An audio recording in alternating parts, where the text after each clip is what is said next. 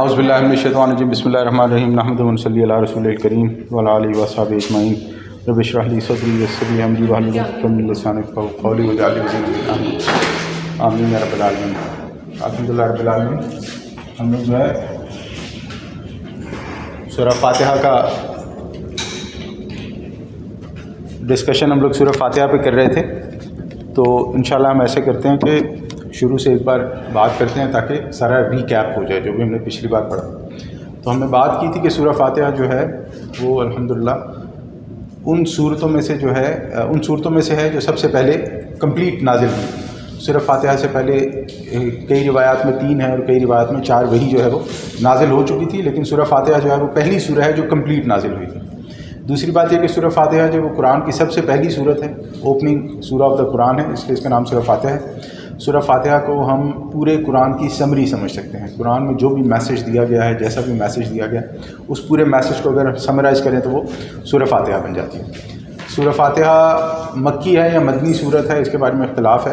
مکی اور مدنی صورتیں کیا ہوتی ہیں؟ مکی صورت وہ ہے جو نبی اکرم صلی اللہ علیہ وسلم کی ہجرت، مدینہ سے ہجرت کے پہلے نازل ہوئی ہیں، اور جو ہجرت کے بعد نازل ہوئی ہیں وہ مدنی صورتیں۔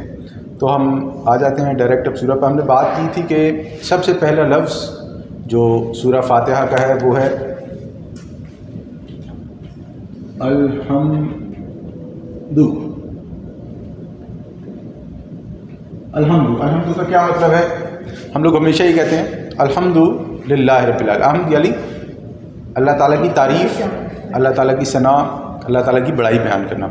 اب یہاں پر ہمارے لیے جسٹ ایک اس کے طور پر ریویژن کے طور پہ حمد اور شکر میں کیا فرق ہے؟ تو اللہ تعالیٰ کی حمد یعنی کہ اللہ تعالیٰ کی حمد بیان کرنا، اس کو آپ یوں سمجھے، فرق کے لیے بتا رہا ہوں، ظاہری بات ہے سب کچھ انٹر ریلیٹڈ ہے۔ حمد سے مراد یہ ہوگی کہ اللہ تعالیٰ کی ان چیزوں پر اللہ تعالیٰ کی بڑائی بیان کرنا جو ہماری عقل اور فہم سے باہر ہے۔ اللہ تعالیٰ نے سورج پیدا کیا، کیسے پیدا کیا؟ ہم کیا کر سکتے ہیں کہ ہم سورج پیدا کر لیں؟ ہم ایسا کچھ نہیں کر سکتے۔ اللہ تعالیٰ نے چاند بنائے، ستارے بنائے، یہ گلیکسیز بنی ہوئی ہے، یہ دنیا بنی ہوئی ہے، پہاڑ بنائے ہیں، سمندر ہیں، اتنی چیزیں جو اللہ تعالیٰ نے بنائی ہیں، یہ کیسی ہیں، کیا ہیں؟ چلیں آج تو ہمارے پاس کچھ ٹیکنالوجی ہے، ہم کچھ حد تک اسے سمجھ سکتے ہیں، کچھ حد تک پرابلی 0.something% پہ، لیکن یہ کیا ہے، اس کی اصل حقیقت کیا ہے ہم نہیں جانتے، ہم نہیں پہنچ سکتے۔ ہم کتنا بھی اس کے بارے میں سوچیں، سمجھیں، پڑھیں، کریں، ہم لوگ یہاں تک نہیں پہنچ سکتے۔ اس پر کیا ہوگا؟ اس پر یہ حمد کے زمرے میں آ جائے گا، جو ہم سب کہیں گے سبحان اللہ، کیا بات ہے، اللہ تعالیٰ نے کیا خوبصورت دنیا بنائی ہے، کیا خوبصورت کائنات ہے، کیا خوبصورت پہاڑ ہے، کیا خوبصورت پھول۔ شکر کیا ہوگا؟ شکر یہ ہوگا کہ وہ نعمتیں جو اللہ تعالیٰ نے مجھے دی، صحت، یہ سب کے لیے نہیں ہے۔ بہت سارے ایسے لوگ ہیں جو بیٹھنے سے بھی قاصر ہیں، لیٹنے سے قاصر ہیں، چلنے سے قاصر ہیں، کہ اللہ تعالیٰ نے مجھے عطا کی ہے، اس میں میں اللہ تعالیٰ کا شکر ادا کروں گا، یہ خاص میرے لیے ہے۔ اللہ تعالیٰ نے مجھے اولاد عطا کی ہے، یہ خاص میرے لیے ہے۔ اسی طرح وہ نعمتیں جو اللہ تعالیٰ نے مجھے عطا کی ہیں وہ شکر کے معنی میں، جب میں اس کا شکر ادا کروں گا، اس کے بارے میں اللہ تعالیٰ کو تھینک یو بولوں گا، تو وہ شکر کے معنی میں آتے ہیں۔ یہ ہو گیا الحمد۔ اب الحمد کس کے لیے ہے؟ الحمد ہے اللہ کے لیے، الحمدللہ۔ اب یہ اللہ کون ہے؟ اس کے بارے میں پہلے ڈیٹیل سے بات کی ہے، لیکن اگر اس کے بارے میں ہم پھر سے دوبارہ تھوڑا سا ریمائنڈر دیکھیں تو اللہ تعالیٰ، اس کے بارے میں کئی رائے پائی جاتی ہیں، لیکن ہم لیٹس پٹ اٹ دس وے کہ 2 رائے جو سب سے مشہور ہیں۔ ایک یہ کہ اللہ تعالیٰ ایک نام ہے اس ہستی کا جس کے لیے تمام کی تمام عبادتیں، جو ہر چیز، ہر حمد کا لائق ہے، ہر شکر کا لائق ہے، تمام عبادتوں کا لائق ہے، وہ جو ہستی ہے اس کا نام ہے اللہ۔ تو یہ تمام کی تمام عبادتیں اس اللہ کے لیے۔ دوسرے اس کے بارے میں ایک یہ بیان کیا جاتا ہے، ایک یہ رائے بیان کی جاتی ہے لفظ اللہ کے بارے میں کہ اللہ جو ہے وہ الہ سے بنا ہے، یعنی کہ الہ ہم کہتے ہیں نا، لا الہ الا اللہ، کہ کوئی الہ نہیں ہے۔ الہ سے کیا مراد ہے؟ معبود۔ معبود کسے کہتے ہیں؟ جس کی پرستش کی جائے۔ تو کوئی عبادت کے لائق نہیں ہے، کوئی پرستش کے لائق نہیں ہے مگر وہ جو ایک ہے، الہ ہے، یعنی the God ہے، the one who deserves to be worshipped۔ تو یہ وہ اللہ ہے، اس کے لیے ہے یہ تمام ہم، تمام ثنا، تمام قسم کا شکر اس اللہ تعالیٰ کے لیے۔ اب اس کے بعد جب یہ چیز انسان کو سمجھ آ جاتی ہے کہ بھئی یہ کائنات ہے اور ایک میں ہوں، 2 چیزیں ہیں، اس پوری کائنات میں میرے لیے 2 ہی چیزیں میٹر کرتی ہیں، یا میں میٹر کرتا ہوں اپنے لیے خود، یا جو میرے لیے ہے وہ میٹر کرتے ہیں. ایک میں ہوں اور ایک میرے لیے ہے. تو یہ دو چیزیں سمجھ آنے کے بعد جو جس نے عطا کی ہیں وہی اللہ تعالیٰ ہے. اب اس کے بعد اللہ تعالیٰ اپنے بارے میں بیان فرماتا ہے کہ یہ اللہ تعالیٰ کون ہے. تو اللہ تعالیٰ جو اپنے بارے میں سب سے پہلی چیز بیان فرماتا ہے وہ کیا بیان فرماتا ہے؟ اللہ تعالیٰ الحمدللہ رب العالمین. اللہ تعالیٰ رب ہے.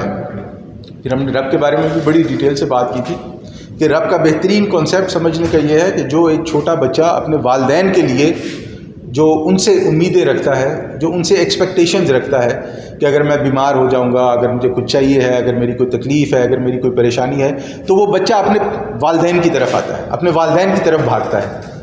اس بچے کا جو کانسیپٹ اپنے والدین کے بارے میں ہے، یہی کانسیپٹ ہمارے ایک ایڈلٹ، ایک بڑے ہونے کی حیثیت سے اپنے اس اللہ کے بارے میں ہونا چاہیے. تو پھر ہمیں پتہ لگے گا کہ وہ اللہ ہمارا رب ہے، جو مجھے دیتا بھی ہے، جو میری پرورش بھی کرتا ہے، جو مجھے صحت بھی دی ہوئی ہے، جس نے مجھے تمام نعمتیں دی ہوئی ہیں، وہی مجھے دینے والا ہے. اور اگر مجھے ضرورت ہوگی تو میں اسی سے مانگوں گا. یہ ہے رب. اور وہ رب صرف میرا یا آپ کا نہیں ہے، بلکہ وہ رب العالمین، تمام مخلوقات کا رب ہے. عالمین کے بھی دو طریقے ہیں سمجھنے کے لیے. عالمین کا مطلب ہے دنیائیں، مختلف دنیائیں.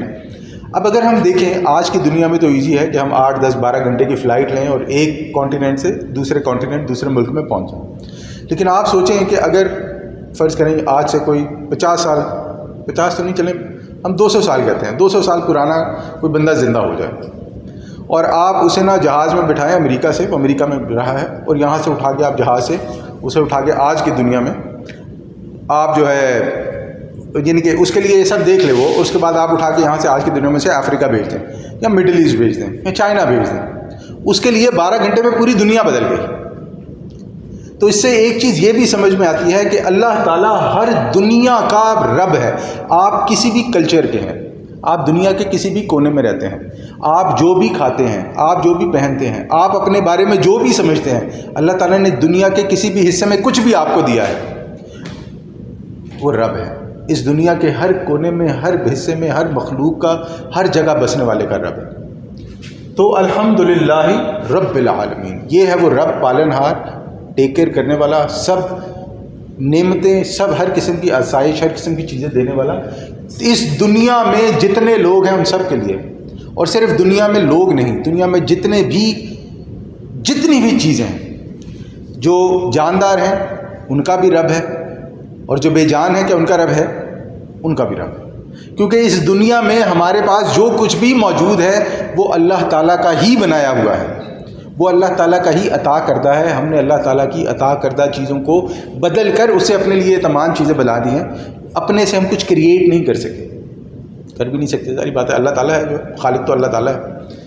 تو الحمدللہ رب العالمین. اس کے بعد اللہ تعالیٰ اپنے بارے میں بیان کرتا ہے کہ یہ رب جو ہے وہ، یہ اللہ جو ہے وہ رحمان بھی ہے. رحمان سے ہم نے بات کی تھی کہ رحمان سے کیا مراد ہے؟ رحمان سے یہ مراد ہے کہ یہ اللہ تعالیٰ اس رب ہونے میں، ہمیں نعمتیں دینے میں، ہم سے پیار کرنے میں، ہماری ٹیک کیئر کرنے میں ایکسٹریم، دا بیسٹ. جتنا بھی ہم سوچ سکتے ہیں کہ ہم سے کوئی پیار کرتا ہے، اللہ تعالیٰ اس سے 99.99999% ہم سے پیار کرتا ہے. اور ہم نے بات کی تھی اس حدیث کے بارے میں کہ اللہ تعالیٰ نے اپنی رحمت کے 100 حصے کیے، 99 اپنے پاس رکھے، ایک حصہ اس دنیا میں بھیجا تو تمام مخلوقات پہ ڈیوائڈ کر دیا گیا. تو اس کا مطلب کہ جو اللہ تعالیٰ ہم سے پیار کرتا ہے، جو ہمارے پاس ایک محبت کی، اپنے بچوں کے لیے، اپنے بڑوں کے لیے، کس کے لیے بھی ایک محبت کی جو ڈیفینیشن ہے، وہ اس ایک حصے کا 0.00001 ہے. کیونکہ وہ میرے پاس بھی ہے، اس کے پاس بھی ہے، اس کے پاس بھی ہے، وہ سب کے پاس ہے. اور صرف انسانوں کے پاس نہیں، وہ جانوروں کے پاس بھی ہے، پرندوں کے پاس بھی ہے، جنوں کے پاس بھی ہے. اس کا مطلب میرے آپ کے حصے میں وہ پتہ نہیں پوائنٹ کتنے زیرو لگا کے بنا ہے. تو اللہ تعالیٰ 99 اتنا پیار اللہ تعالیٰ ہم سے کرتا ہے. تو یہ رحمان ہے.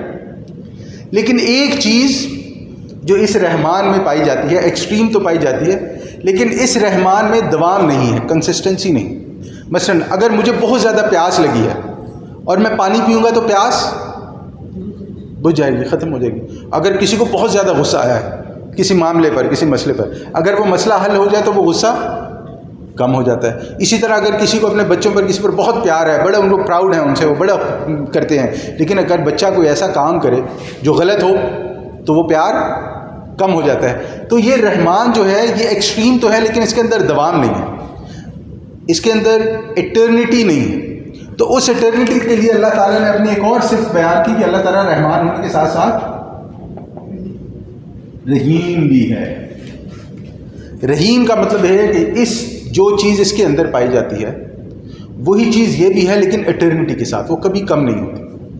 اللہ تعالیٰ مجھے نعمتیں دینا کبھی بند نہیں کرے گا، اللہ تعالیٰ مجھ سے محبت کرنا کبھی بند نہیں کرے گا، اللہ تعالیٰ میرا رب ہونا کبھی ختم نہیں کرے، اللہ تعالیٰ میرے لیے اپنا رب ہونا کبھی ختم نہیں کرے گا. اگر ان میں سے کوئی پرابلم ہوگی تو وہ میری وجہ سے ہوگی، کیونکہ میں نے جو انسٹرکشن ہیں ان کو پراپرلی فالو نہیں کیا. الا یہ کہ اللہ تعالیٰ کسی سے امتحان لینا چاہتا ہوں، وہ ایکسیپشنز ہیں، لیکن ہم جنرل بات کر رہے ہیں. تو یہ ہے وہ رب العالمین، یہ ہے وہ اللہ تعالیٰ جو رب ہے. اور رب ہونے کے لیے اللہ تعالیٰ رحمان بھی ہے اور رحیم بھی ہے، کیونکہ اگر رحمان اور رحیم نہیں ہوگا تو اللہ تعالیٰ رب نہیں ہو سکتا. اگر ہم لوگ ایک اچھے پیرنٹس بننا چاہتے ہیں، اپنے بچوں کی تمام خواہشات پوری کرنا چاہتے ہیں، تو ہم لوگوں کے اندر جب تک رحم کرنے کا، محبت کرنے کا، پیار کرنے کا مادہ نہیں پایا جائے گا، ہم ان کے اچھی ٹیک کیئر نہیں کر سکتے. تو یہ ہے وہ اللہ جو رب ہے، جو رحمان ہے، جو رحیم ہے. یہاں تک ہو گیا اس سورت کا پہلا حصہ. ٹھیک، پہلا حصہ. ہم اس پہلے حصے کو کہہ سکتے ہیں کہ یہ ایمان اور عقیدے کی بات کرتا ہے، یا آپ اسے جو بھی اور کوئی لفظ کہنا چاہیں. یہ وہ پہلا حصہ ہے جو ہر مسلمان پر سیکھنا، جاننا نہیں، سیکھنا فرض عین ہے. ایک انسان کی حیثیت سے انسان اپنے اللہ تعالیٰ کو پہچانے، انسان جانے کہ وہ ہمارا رب کیسے ہے، اس کی کیا کیریکٹرسٹکس ہیں. یہ رحمان اور رحیم اس کی کیریکٹرسٹکس میں آتا ہے. اس کی کیا کیریکٹرسٹکس ہیں، اللہ تعالیٰ ہم سے کیا چاہتا ہے، اللہ تعالیٰ نے ہم نے اس دنیا میں کیوں بھیجا ہے. کیا میں اپنی مرضی سے آیا ہوں؟ اگر میں اپنی مرضی سے آیا نہیں ہوں تو اس کا مطلب مجھے کہیں سے بھیجا گیا ہے. اگر کہیں سے بھیجا گیا ہے تو مطلب میں اس سے پہلے بھی کہیں تھا، اور اگر بھیجا گیا ہے تو مطلب میں واپس بھی جاؤں گا. بھائی اگر میں کہیں انٹر ہوا تو وہاں سے ایگزٹ بھی ہوں گا. تو یہ تمام وہ سوالات ہیں جو اس سیکشن کے انڈر آتے ہیں، اور اس سیکشن کو سیکھنا ہر مسلمان پر فرض ہے. اور اگر کوئی یہ شخص نہیں سیکھے گا، کوئی شخص اس کو نہیں سمجھے گا، اس پر محنت نہیں کرے گا، اپنے آپ کو کھپائے گا، میں لفظ کھپانا استعمال کر رہا ہوں، اس کے لیے نہیں کھپائے گا. تو اس کے بعد جو اللہ تعالیٰ اپنے بارے میں بیان کرتا ہے کہ اللہ تعالیٰ رب ہے، اللہ تعالیٰ رحمان ہے، اللہ تعالیٰ رحیم ہے، اس کے بعد اللہ تعالیٰ اپنے بارے میں کیا فرماتا ہے کہ اللہ تعالیٰ مالک ہے. یوم الدین کا مالک سے کیا مراد ہوتی ہے، ہم نے اس کے بارے میں بات کی تھی. مالک سے مراد یہ ہے کہ اللہ تعالیٰ جسے کہتے ہیں مختار مطلق، اس کا اردو میں کیا ترجمہ کیسے ہوگا، وہ یعنی کہ مزید اس کی آسان کیسے ہوگی، اس کو اگر ہم تھوڑا سا سمجھنے کی کوشش کریں، مختار مطلق یعنی اللہ تعالیٰ فائنل اتھارٹی ہے. آج کل ہمارے سب کے گھروں کا یہ پرابلم ہوتا ہے نا، ہمارے گھر میں ایک فائنل اتھارٹی ہوتی ہے. کہنے کو تو عموماً مرد ہوتا ہے، لیکن وہ اوپر وہی ہوتا ہے. فائنل اتھارٹی، اللہ تعالیٰ فائنل اتھارٹی ہے. لیکن ہم ایک چیز جانتے ہیں کہ اس دنیا میں فائنالٹی نہیں ہے، یعنی اس دنیا میں ایسی کوئی چیز نہیں ہے کہ وہ کنفرم ہو جائے کہ وہ ایسا ہی ہے، کیونکہ بہت سارے اندیکھے معاملات بھی ہیں. اب یہ جو فائنالٹی ہے، جو فائنل اتھارٹی ہے، اللہ تعالیٰ کا حقیقی وارث ہونا، حقیقی اللہ تعالیٰ کا مالک ہونا، یہ اس کا ظہور کب ہوگا؟ اس کا ظہور ہوگا یوم الدین، آخرت کے دن. اچھا، دین کے مختلف معنی ہیں، میں آپ کے سامنے وہ دین کے مختلف معنی رکھتا ہوں. سب سے پہلے جو علماء اس کے بارے میں بیان کرتے ہیں کہ اللہ تعالیٰ کی مکمل حاکمیت، حاکم مکمل.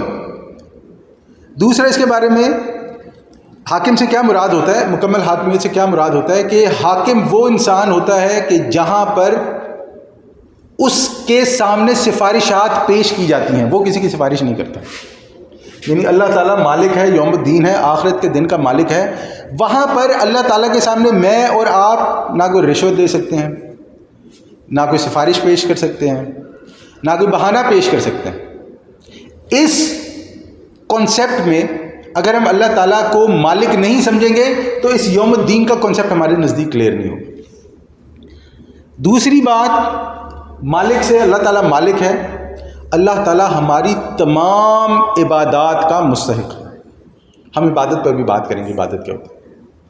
ہم لوگ اپنی مکمل، جسے کہتے ہیں نا عبودیت، مکمل غلامی اللہ تعالیٰ کے لیے، یہ اللہ تعالیٰ مالک ہے. یوم الدین، مالک یوم الدین، اللہ تعالیٰ جزا اور سزا کے دن کا مالک ہے. ہم نے جو اس دنیا میں کیا، جو ہم اس دنیا میں کر رہے ہیں، ہمارا پیسہ، ہماری شہرت، ہماری اکڑ، ہمارا فخر، ہمارا غرور، ہمارا جو کچھ بھی ہے، عموماً کہا جاتا ہے کہ وہ قبر میں جا کے کیا ہوتا ہے، ختم ہو جاتا ہے. وہ قبر میں جا کے ختم نہیں ہوتا ہے، قبر میں جا کے اس کا حساب دینا پڑتا ہے. وہاں سے جا کے پتہ لگتا ہے کہ یہ جو چیزیں ہمارے پاس تھیں، پیسہ، نعمت، دولت، پیار، محبت، بچے، فیملی، کیا کیا. وہاں سے یوم الدین وہاں سے شروع ہو جاتا ہے. نبی کریم صلی اللہ علیہ وسلم نے فرمایا کہ جب ایک انسان مرا اس کی قیامت شروع ہو گئی، کیونکہ آپ کا حساب کتاب شروع ہوگا. وہ قیامت صغریٰ ہے، چھوٹی قیامت. اور پھر جب اس حساب کتاب کے بعد جو بھی اس کا معاملہ ہوگا، جو ایک قیامت کبریٰ آنی ہے، جو یوم محشر لگنا ہے، وہ ابھی باقی ہے. تو مالک یوم الدین، سزا اور جزا کے دن کا مالک. اور صرف مالک ہی نہیں بلکہ وہ یہ قوت بھی رکھتا ہے کہ وہ اس کو نافذ کر سکے. اگر اللہ تعالیٰ کسی انسان کے لیے سزا لکھ دے تو اس کے لیے وہ سزا ہے، کوئی اسے نہیں بدل سکتا. اگر اللہ تعالیٰ کسی انسان کے لیے جزا لکھ دے تو وہ اس کے لیے جزا ہے، وہ بھی کوئی نہیں بدل سکتا. اس کانسیپٹ کو، مالک یوم الدین کے کانسیپٹ کو سمجھنے کے لیے ہمارے لیے ان چیزوں کا جاننا بہت ضروری ہے. اگر ان چیزوں میں غلو ہوگا، اگر ہم ان چیزوں کو ایگزیجریٹ کریں گے، اگر ہم ان چیزوں پہ یہ سمجھیں گے کہ بھئی اللہ تعالیٰ تو رب بھی ہے، اتنا پیار کرتا ہے، رحمان بھی ہے، رحیم بھی ہے، یہ سب کچھ بھی دیا ہوا ہے ایکس وائی زیڈ، اگر ہم اس میں غلو کریں گے تو ہم اس کا انکار کر دیں گے. بھئی ہم امتی ہیں نبی صلی اللہ علیہ وسلم کی، امت کے امتی ہیں، نبی صلی اللہ علیہ وسلم ہمارے لیے سفارش کریں گے اور ہمارے لیے تمام راستے کھل گئے. اور آج جو ہے نا ایک بہت حد تک گناہوں کو کرنے کا جو بہانہ تلاش کیا جاتا ہے وہ یہی ہے کہ اللہ تعالیٰ نے شرک کے علاوہ ہر گناہ معاف کیا ہوا ہے، تو میں جو بھی کروں گا، پھر میں وضو کروں گا گناہ دھل جائیں گے، پھر میں نماز پڑھوں گا گناہ دھل جائیں گے، پھر میں نے داڑھی بھی رکھی ہوئی ہے گناہ دھل جائیں گے، بلا بلا بلا بلا بلا. تو اس کانسیپٹ کا مکمل بیڑا غرق، کیونکہ ان چیزوں کو نہیں صحیح سمجھا. بلکہ یہاں پر مجھے اس کو بھی انکلوڈ کرنا چاہیے یہاں پہ کہ پہلا حصہ جو ہے وہ یہ اس میں داخل ہے، عقائد میں داخل ہے. اگر یہ والا کانسیپٹ ان دو پارٹس کو سمجھ نہیں آئے گا، ایک انسان کے لیے الحاد کے راستے کھل جائیں گے. پھر شیطان اسے اس طرف بہکانا شروع کرے گا کہ کوشچن کرو اپنے آپ کو، کوئی رب ہے بھی کہ نہیں ہے، کہ تم ایسی پاگلوں کی طرح ہی کیے جاتے ہو جو بھی کیے جاتے ہو. نمازیں پڑھ رہے ہو 5 وقت کی، 2 نوبل لے کے جا رہے ہو، قرآن پڑھ رہے ہو، زکاتیں دے رہے ہو، حج پہ بھی تم نے جانا ہے، پیسے بھی لگانے ہیں، کر کیا رہے ہو. اگر یہ والے کانسیپٹ کلیئر نہیں ہوں گے تو آپ کی عبادات کا معاملہ کبھی بھی کلیئر نہیں ہو سکتا. اسی لیے آپ دیکھیں کہ جو الحاد، جو ملحد، جو اللہ تعالیٰ کا انکار کر دیتے ہیں، ان کا پرابلم ہمیشہ یہاں سے شروع ہوتا ہے.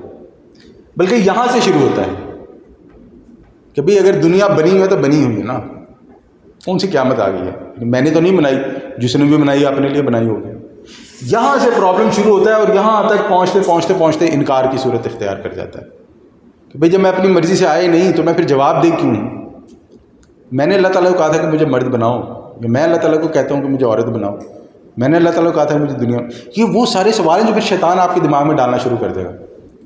ایسے سوچو، ایسے سوچو، ایسے سوچو، ایسے سوچو، اور یہاں تک پہنچتے کیونکہ یہ سب سے مشکل مرحلہ یہی ہوتا ہے نا. آپ دیکھیں کہ کسی بھی اسٹوڈنٹ کے لیے جو نا وہ پورا سال جو ہے نا وہ اسکول میں جو ہے نا شیر کی طرح پھرتے ہیں، وہ کالر بھی کھولے ہوں گے، یہاں تو پتہ نہیں ہوتا ہے کہ نہیں ہوتا ہے، لیکن وہ جو امتحان کا دن ہوتا ہے نا اسے سارے بھیگی بلی بنے ہوتے ہیں، پتہ نہیں کیا ہونا ہے، اب میں نے آتا ہے نہیں آتا ہے کیا ہوتا ہے. کیونکہ پھر یہ مشکل کانسیپٹ ہوتا ہے، یہاں تک آتے آتے آپ انکار ہی کر دو، کوئی اللہ واللہ نہیں ہے، کوئی نہیں ہے، بس آئے ہیں اور چلے جائیں گے. اور یہ تب ہوتا ہے معذرت کے ساتھ جب انسان اس دنیا کا کتا بن جائے. میں سے زیادہ ہارڈ ورک نہیں استعمال کرتا ہوں. اور آپ کو پتہ ہے کتے کے زندگی کے 2 ہی مقصد ہوتے ہیں. اس نے زبان نکال کے گھومنا ہے, کھانا ہے, سونا ہے اور بچے پیدا کرنا ہے, بس. اگر ایک انسان کا مقصد یہی بن جائے تو بتائیں پھر اسے کتے کے علاوہ اور کیا کہا جائے. بلکہ کتا تو پھر بھی اپنے مالک کا وفادار ہوتا ہے, وہ انسان تو کتے سے بھی گیا گزرے, جو اس دنیا کے لیے اپنا دین بھی بدل دے, جو اس دنیا کے لیے اپنے اصول بھی بدل دے, جو اس دنیا کے لیے سب کچھ کر دے, کیونکہ وہ اس کو نہیں مانتا. یقین جانے جو اس کو نہیں مانتا وہ سارے پرابلم اس کے لیے. جو اللہ تعالیٰ کو مالک یوم الدین نہیں مانتا نا, یہ سارے پرابلم وہاں سے شروع ہوتے. اب جب یہاں تک بات آ گئی, یہ پہلا حصہ ہمارے ایمان اور عقائد کا ہمیں سمجھ میں آ گیا, ہم نے اس پہ محنت کی, ہم نے اس پہ کوشش کی اور اللہ تعالیٰ نے ہمیں یہ چیز سمجھا دی. اب ہم کیا کریں؟ ہمیں سمجھ آ گئی اللہ تعالیٰ ہے, اللہ تعالیٰ میرا رب بھی ہے, اللہ تعالیٰ رحمان بھی ہے, رحیم بھی ہے, اللہ تعالیٰ رازق بھی ہے, اللہ تعالیٰ مالک بھی ہے, اللہ تعالیٰ سب کچھ ہے, ربوبیت بھی ہے. مجھے اپنی تمام یہ کرنے کے بعد میں اب کیا کروں کہ یہ مالک یوم الدین والے دن میں کامیاب ہو جاؤں, یا مجھے پتہ لگ جائے اس دنیا میں میرے لیے رستے آسان ہوتے ہیں, میرے لیے دنیا کھل جائے. اب یہاں پہ وہ رب ہے کہ جس کے لیے ہم الرحمن الرحیم مالک یوم الدین, ہم اللہ تعالیٰ کی ہی عبادت کرتے ہیں. نعبد ایاک, صرف یا کا مطلب ہوتا ہے صرف اور صرف اللہ تعالیٰ کی عبادت کرتے ہیں اور کرتے رہیں گے. عربی میں پریزنٹ نہیں ہوتا ہے, عربی میں یا پاسٹ ہوتا ہے, ماضی ہوتا ہے, یا آنے والا ہوتا ہے, مستقبل ہوتا ہے. اس کی وجہ کیا ہے؟ اس کی وجہ یہ ہے کہ جس وقت ہم لوگ اس وقت ہیں, جو گزر گیا وہ چلا گیا, جو آنے والا ہے وہ بھی آیا نہیں, پریزنٹ کچھ ہے ہی نہیں. جو میں نے بولا وہ پاسٹ ہو گیا کیونکہ ختم ہو گیا, جو میں بولنے والا ہوں وہ مستقبل ہے. تو ایاک نعبد, یا اللہ ہم صرف تیری ہی, اب اردو میں کیونکہ وہ ہے, ہم تیری ہی عبادت کرتے ہیں. اس میں یہ میسج بھی ہے کہ کرتے رہیں گے. عبادت کیا ہوتی ہے؟ عبادت کو اگر ہم سمجھیں تو ہم عبادت کو 3 مفہوم میں سمجھ سکتے ہیں. ایک پرستش, ہم سب کو پتہ ہے پرستش کیا ہوتی ہے. جیسے آپ دیکھیں کہ جو بتوں کی پرستش کی جاتی ہے ان کے سامنے مختلف ریچولز کیے جاتے ہیں جو کیے جاتے ہیں. دوسری اطاعت اور فرما برداری.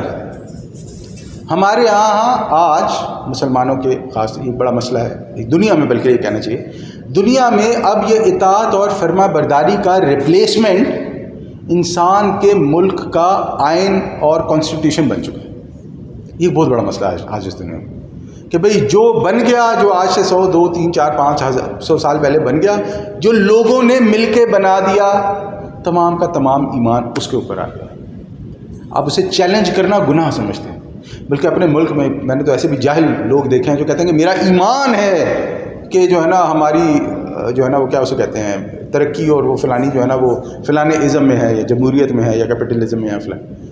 یعنی کہ آپ دیکھیں کہ یہ والا معاملہ جب کلیئر نہ ہو تو انسان کا ایمان, اس کی عبادت سے سمجھ ہی نہیں آتی وہ کیا جو ہے نا اول فلول اپنے منہ سے نکالی جا رہا ہے. کیونکہ یہ نعبد عبادت, آپ کا پرستش کا کانسیپٹ, آپ کی اطاعت کا کانسیپٹ, آپ کی فرما برداری کا کانسیپٹ, یہ 2 چیزیں صرف اللہ کے تلیے اور ہر وقت.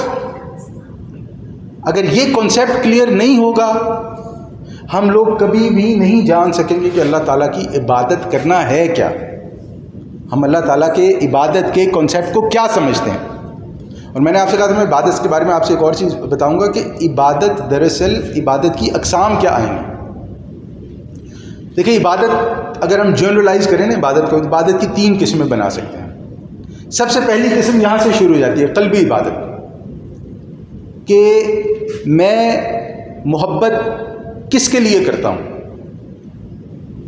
میں خوف کس سے رکھتا ہوں, میں جو توکل ہے اگر کام کوئی صحیح یا خراب ہو تو وہ کس پر رکھ کے کرتا ہوں. یہ میری قلبی کیفیات ہے, میرے دل کی کیفیات ہے. یہ دل کی کیفیات تب تک نہیں پیدا ہو سکتی جب تک میں ان چیزوں کے بارے میں نہیں جانتا, اپنے عقیدے اور ایمان کے بارے میں نہیں جانتا. اگر ان چیزوں پر محنت نہیں ہوگی تو دلی عبادت کبھی بھی اللہ تعالیٰ کے لیے خالص نہیں ہو سکتی.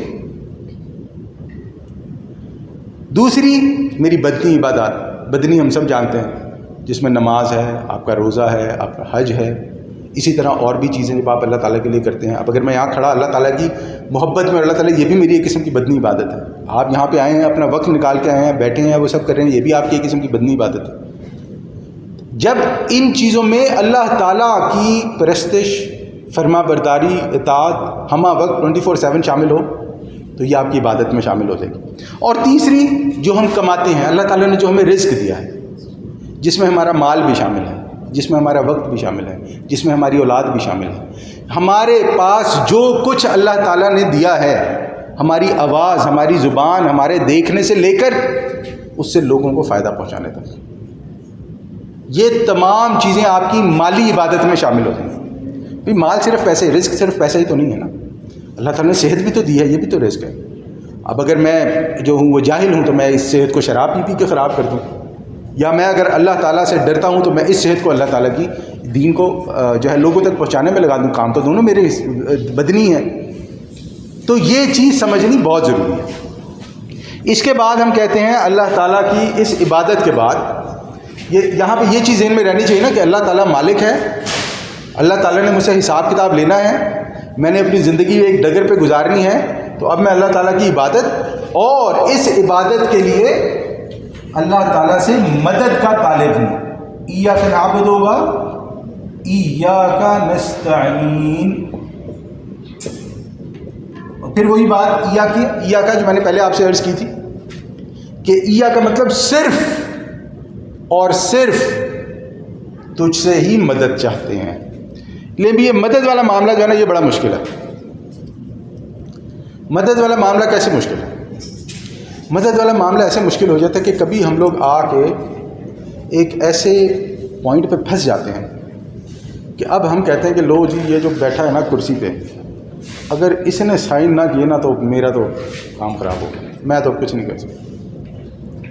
تو میں نے آپ کو ایک ایگزامپل دیا ہے، اور اب ہم اس ایگزامپل کو اپنی پوری زندگی پر فٹ کر کے دیکھ سکتے ہیں کہ ہم لوگ مدد کے معاملے میں اللہ تعالیٰ سے کتنے خالص ہیں، ہمارا اخلاص کتنا ہے مدد کے معاملے میں. کیا واقعی ایسا ہے؟ کیا ہم واقعی سمجھتے ہیں کہ اگر مجھے یہ آ گیا، اگر یہ مائنس ہوگا نا تو یہاں پہ بہت بڑا پرابلم ہو جائے گا. کیا ہم واقعی یہ سمجھتے ہیں کہ جو مجھے نعمتیں دی ہیں وہ میرے رب نے دی ہیں؟ کیا ہم واقعی سمجھتے ہیں کہ اگر میں کسی مصیبت میں جاؤں گا تو میرا رب ہی مجھے اس سے نکالے گا؟ کیا ہم واقعی سمجھتے ہیں کہ میرے نہیں، اگر میرے پیاروں کو کوئی مشکل ہوگی تو میں اپنے رب سے التجا کروں کہ میرا رب مجھے اس سے نکال دے؟ اور آپ دیکھیں کہ ان تمام چیزوں کے لیے نا اللہ تعالیٰ نے دعائیں کتنی خوبصورت قرآن میں رکھی.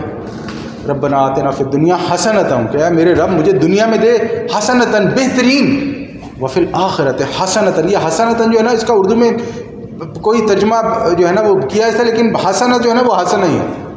وقنا عذاب ربی انی لما انزلت الی من خیر فقیر. یا اللہ مجھ پہ اتار دے جو بھی تیرے پاس ہے، میں فقیر ہوں. ربنا ہب لنا من ازواجنا وذریاتنا قرۃ اعین. یا اللہ مجھے میرے بیوی اور بچوں میں سے میری آنکھوں کی ٹھنڈک عطا فرما، وجعلنا للمتقین اماما، اور آخرت میں امام بنا دے. یعنی کہ اگر ہم اس چیز کو سمجھ جائیں نا تو اللہ تعالیٰ نے اتنی خوبصورت دعائیں قرآن میں اس نستعین کے لیے بیان کی ہیں کہ انسان ایک ایک دعا پہ 2-2 گھنٹے لگا دے، اور انسان کو نا وہ اندر جو ہے نا وہ کیفیت اس کی نہ پوری ہوگی میں کتنا اپنے رب سے مانوں.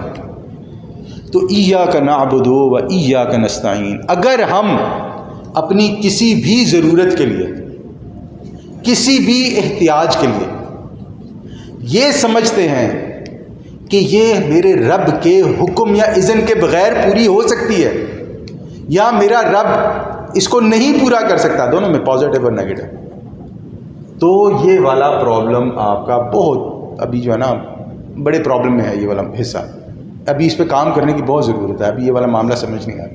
اور یقین جانیں ہمارے یہاں ایک بہت بڑا مسئلہ یہ ہے کہ لوگ جتنے آج کی دنیا میں لوگ جتنے زیادہ پڑھتے جاتے ہیں، جتنا زیادہ علم حاصل کرتے جاتے ہیں، اس سے اتنا ہی دور ہو جاتے ہیں اس والے سے.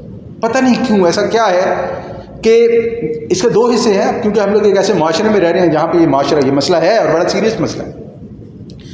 کہ ہمارے معاشرے میں ہم لوگ خاص طور پہ جب ہم کسی تھرڈ ورلڈ کنٹری سے آتے ہیں تو یہاں پر آ کے ہم لوگ یہ دیکھتے ہیں کہ یار اللہ تعالیٰ نے تو انہیں سب کچھ دیا ہوا ہے، موسم بھی ہیں، ان کے پاس پیسہ بھی ہے، یہاں صحت بھی فری ہے، تعلیم بھی فری ملتی ہے، سب کچھ فری ملتا ہے، جبکہ ہمارے ملک میں اسلام اسلام اسلام اسلام گردانتے ہیں، ہوتا کچھ بھی نہیں ہے۔ اب یہ سب سے پہلا کریک پڑتا ہے ایمان میں، سب سے پہلا کریک یہاں پہ پڑتا ہے۔ یہ بات آن دا فیس بالکل صحیح ہے، ان کے پاس ہے سب کچھ، کون کہتا نہیں ہے، ٹیکنالوجی ہے، ایجوکیشن ہے، یونیورسٹی سب کچھ ہے، لیکن معاملہ یہ نہیں ہے کہ ان کے پاس کیا ہے اور ہمارے پاس کیا نہیں ہے، معاملہ یہ ہے کہ ہم اسے پرسیو کیسے کرتے ہیں، ہم اسے دیکھتے کیسے ہیں۔ اب دیکھیں نبی صلی اللہ علیہ وسلم نے اپنی زندگی میں کبھی زکوٰۃ نہیں دی، نیور۔ کیوں؟ جمع ہی نہیں کیا۔ نبی صلی اللہ علیہ وسلم بھوکے بھی سوتے تھے، بھوکے سوتے تھے، روزے رکھتے تھے کہ گھر میں کھانے کو کچھ نہیں ہے، کوئی ذاتی مکان نہیں بنایا، کپڑے ان کے پاس ایک یا دو جوڑے ہوتے تھے، اس پر بھی عالم یہ تھا کہ اگر کچھ آتا تھا لوگوں میں بانٹ دیتے تھے، ورنہ اللہ کے رسول چاہتے تو اس وقت کے لوگ اللہ کے رسول صلی اللہ علیہ وسلم کے قدموں میں سونے اور چاندی کے انبار لگا دیتے۔ اس کا مطلب کسی کے پاس اللہ تعالیٰ کی نعمتیں ہونا، نعمتیں ہیں، اس بات کی دلیل نہیں ہے کہ وہ شخص دیندار ہے یا اچھا ہے۔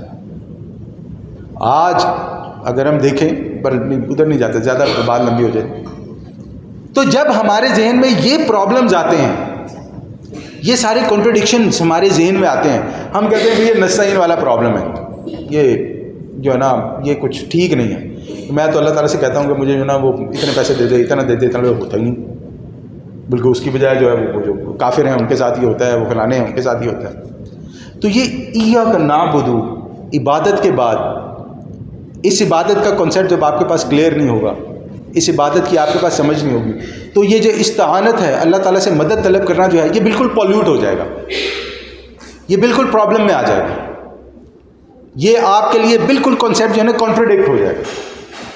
اور پھر میں وہی کہہ رہا ہوں کہ یہ دو چیزوں کا تعلق اس ایمان اور عقیدے سے ہے، اگر یہ سمجھ میں نہیں آئے گا، اس پہ محنت نہیں ہوگی، اس کا فہم نہیں ہوگا، تو پھر یہ والا معاملہ جو ہے نا ایسے ہی ہوگا کہ بھئی میں اتنا بڑا بزنس مین ہوں، میں نے اپنی محنت سے کروڑوں روپے کمائے ہیں، میں نے اپنی محنت سے یہ اتنا بڑا امپائر کھڑا کیا ہے، اور آپ مولوی حضرات مجھے آ کے کہتے ہو کہ 2.5% زکوٰۃ دو، چیریٹی دو۔ کیوں دوں بھائی؟ میری مرضی ہے، میں چیریٹی 2% دوں، 2.5 دوں یا 1 دوں، آپ کون ہوتے ہیں مجھے ڈکٹیٹ کرنے والے؟ قانون نے بھی ایسے کہا کہ میں ہوں رب، میری مرضی ہے کہ میں جس کو چاہوں مار دوں یا چھوڑ دوں۔ صحیح کہا۔ یہ خناس کب آتا ہے؟ یہ خناس آتا ہے انسان کے ذہن میں تب جب انسان کہ یہ کوئی اللہ واللہ رب اب یہ ٹھیک ہے، اس کو بس سمجھو، مان لو ہے، اپنے آپ کو سیٹسفائی کر لو، اگر کوئی پوچھے تو بول دو ہاں، کون ان مولویوں سے جو ہے نا وہ جھگڑتا پھرے، کون ان سے بات کرتا پھرے، اور پھر یہاں پہ وہ مسئلہ ہو جاتا ہے۔ اچھا، اب ایک بات اور بھی ہے، یہاں پہ ایک چیز سمجھنے کی اور بھی ہے، یہ جو معاملات ہوتے ہیں نا نعبد و نستعین والے، پرابلم والے، یہ دیندار لوگوں کے ساتھ بھی ہوتے ہیں۔ بھئی اگر میں کسی بڑی مشکل میں پھنس گیا ہوں، مسائل میں آ گیا ہوں، کچھ بھی ہو گیا ہوں تو انسان ہی کمزور ہوں، شیطان مجھے بہکا سکتا ہے، شیطان ایڈوانٹیج لے سکتا ہے ان تمام چیزوں کا۔ اب میں کیا کروں کہ یہ دو چیزیں، اور یہ جو میں نے سمجھا ہے اس کی بنیاد پہ جو دو چیزیں ہیں، یہاں پہ ہم اسے کہتے ہیں یہ دوسرا حصہ ہے، یہ دوسرا حصہ ہے جو اللہ تعالیٰ کے ساتھ ہمارا کانٹریکٹ ہے۔ اب اس کانٹریکٹ کو پورا کرنے کے لیے میں ایک کمزور انسان ہوں، میرے اندر بہت ساری خامیاں ہیں، میں کہیں بھی پھسل سکتا ہوں، مجھے کوئی بھی مشکل پیش آ سکتی ہے۔ اب اس کانٹریکٹ کو پورا کرنے کے لیے میں اللہ تعالیٰ سے مانگتا ہوں اہدنا، یا اللہ مجھے ہدایت عطا فرما۔ ہدایت ہم سب جانتے ہیں، کسی کو راستہ دکھانا، کسی کو راستہ بتانا، کسی کو راستے پر لے چلنا، کسی کو منزل تک پہنچا دینا، یہ تمام ہدایت کے زمرے میں چیزیں آتی ہیں۔ لیکن جیسے اس سے پہلے بھی بات ہوئی تھی، میں اس پہ ٹچ کرتا ہوا چلا جاؤں کہ ہمیں اس دنیا میں دو قسم کی ہدایت درکار ہے۔ ایک ہدایت ہمیں چاہیے اپنے لیے، میں کس چیز کو مانوں، میں کس چیز کو نہ مانوں، میں اللہ تعالیٰ کو کیسے مانوں، میں اللہ تعالیٰ کی عبادت کروں تو کیا کروں، روزے رکھوں یا زیادہ کھاؤں یا کم کھاؤں، سوؤں جاگوں، یوگا کروں، ڈانس کروں، کیا کروں؟ یا اگر میں اس دنیا میں رہتا ہوں تو میں ان عبادات کے، یعنی کہ میرے گھر میں بچے پیدا ہوتے ہیں، خدا نخواستہ کوئی فوت ہو جاتا ہے، کوئی کام آ جاتا ہے، میں اس کو کیسے انجام دوں، ریچولز۔ یہ وہ انفرادی ہدایت ہے جو مجھے چاہیے، جو میں مان کر کروں گا، کوئی مجھے منوا نہیں سکتا زبردستی۔ یعنی اللہ تعالیٰ ہے یا نہیں ہے، آپ مجھے چپ کرا سکتے ہیں، منوا نہیں سکتے، مانوں گا میں خود۔ اللہ تعالیٰ ہے، میں خود مانوں گا۔ اللہ تعالیٰ نہیں ہے، آپ میرا منہ بند کروا دیں، مجھے 10 قسم کے دلائل دے دیں، لیکن منوا نہیں سکتے۔ روزہ آپ مجھے بتا سکتے ہیں، رکھوا نہیں سکتے، میری مرضی ہے، میں آپ سے جھوٹ بول کے پانی پی لوں، کھانا کھا لوں، کچھ بھی کر لوں۔ زکوٰۃ کسی حد تک زبردستی کی جا سکتے ہیں، کیونکہ اب تو سب کے پاس وہ بینک اکاؤنٹس ہیں، کسی حد تک وہ کیا ہے۔ حج اسی طرح وہ بھی زبردستی نہیں کروا سکتے، میں کوئی بھی جھوٹ بول سکتا ہوں، میری ٹانگ میں درد ہے، میرے ہاتھ میں درد ہے، میرا ہاتھ نہیں چلتا، XYZ 50 چیزیں۔ میرا بچہ اگر پیدا ہوا ہے، میں نے اس کے ساتھ کیا کرنا ہے، کیسے کرنا ہے، آپ بتا سکتے ہیں، منوا نہیں سکتے، کروں گا وہی جو میں نے کرنا ہے۔ اس کے 7ویں دن بال اتروانے ہیں یا نہیں اتروانے، میری مرضی ہے۔ اگر بچہ میل ہے، اس کے خطرے کروانے یا نہیں کروانے، میری مرضی ہے، کوئی میرے سے زبردستی نہیں کر سکتا۔ تو یہ ہوگی انفرادی ہدایت، اور یہ انفرادی ہدایت کسی نہ کسی حد تک ہمارے معاشرے میں موجود ہوتی ہے، کیونکہ پیچھے سے حضرت آدم سے چلتا آ رہا ہے نا، سچ بولنا ہے، جھوٹ نہیں بولنا، دھوکہ نہیں دینا، غیبت نہیں کرنی، آپ نے ڈاکہ نہیں مارنا، کسی کا حق نہیں مارنا ہے، یہ سب چلتا آتا ہے۔ جو بڑا پرابلم ہوتا ہے وہ ہوتا ہے میری اس ہدایت کا، جب مجھے اس اپنے پن سے نکل کے معاشرے میں جا کے لوگوں سے ڈیل کرنا ہے۔ اب میں کیا کروں؟ سب سے پہلی ڈیلنگ، میں مرد ہوں، میرے مقابلے میں عورت ہے، یا میں مرد ہوں، میرے ساتھ عورت ہے، میں کیا کروں؟ وہ عورت کی کیا حیثیت ہے اس معاشرے میں، میری کیا حیثیت ہے اس معاشرے میں؟ ایک عورت ماں ہے، ایک عورت بیٹی ہے، ایک عورت بہن ہے، ایک عورت بیوی ہے۔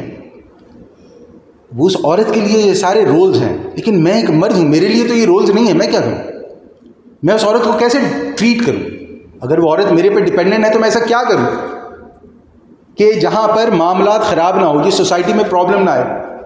اور اسی طرح وائس ورثہ، ایک عورت کے لیے یہ سوال ہوگا، یہ مرد ہے، یہ میرے سر پہ مسلط کر دیا، ہسبینڈ مجازی خدا، کیا مصیبت ہے، یہ میرا بھائی ہے، اسلام کہتا ہے کہ اس کا حصہ جو ہے وہ دیت، اس میں وہ جو ہوتی ہے مرنے کے بعد جائیداد، جی وصیت میں یا جائیداد میں یا جو اس میں اس کا حصہ مجھ سے زیادہ ہے، یہ کیا مصیبت ہے، یہ کیسے آتا ہے؟ میں بھی انسان ہوں، میرا بھی دل ہے، میری بھی تکلیفیں ہیں، میں جو ہے ایک بیوی بھی ہوں، بچے بھی، جنوں بچوں کو اور پھر آگے سے کہتے ہیں جی آپ کی جو ہے وہ حصہ بھی یاد ہے، یہ کون سی دنیا ہے؟ آپ ان معاملات کو عقل کی حد پہ کبھی بھی نہیں سالو کر سکتے۔ میں عورت نہیں ہوں، مجھے نہیں پتا کہ جب ایک عورت بچے کی پیدائش کے مرحلے سے گزرتی ہے اس پہ پرابلمز آتے ہیں ذہنی طور پر، جس میں نہیں جان سکتا، میں صرف فوٹوز میں دیکھ سکتا ہوں، وہ بھی آج کیونکہ اب ٹیکنالوجی ہے۔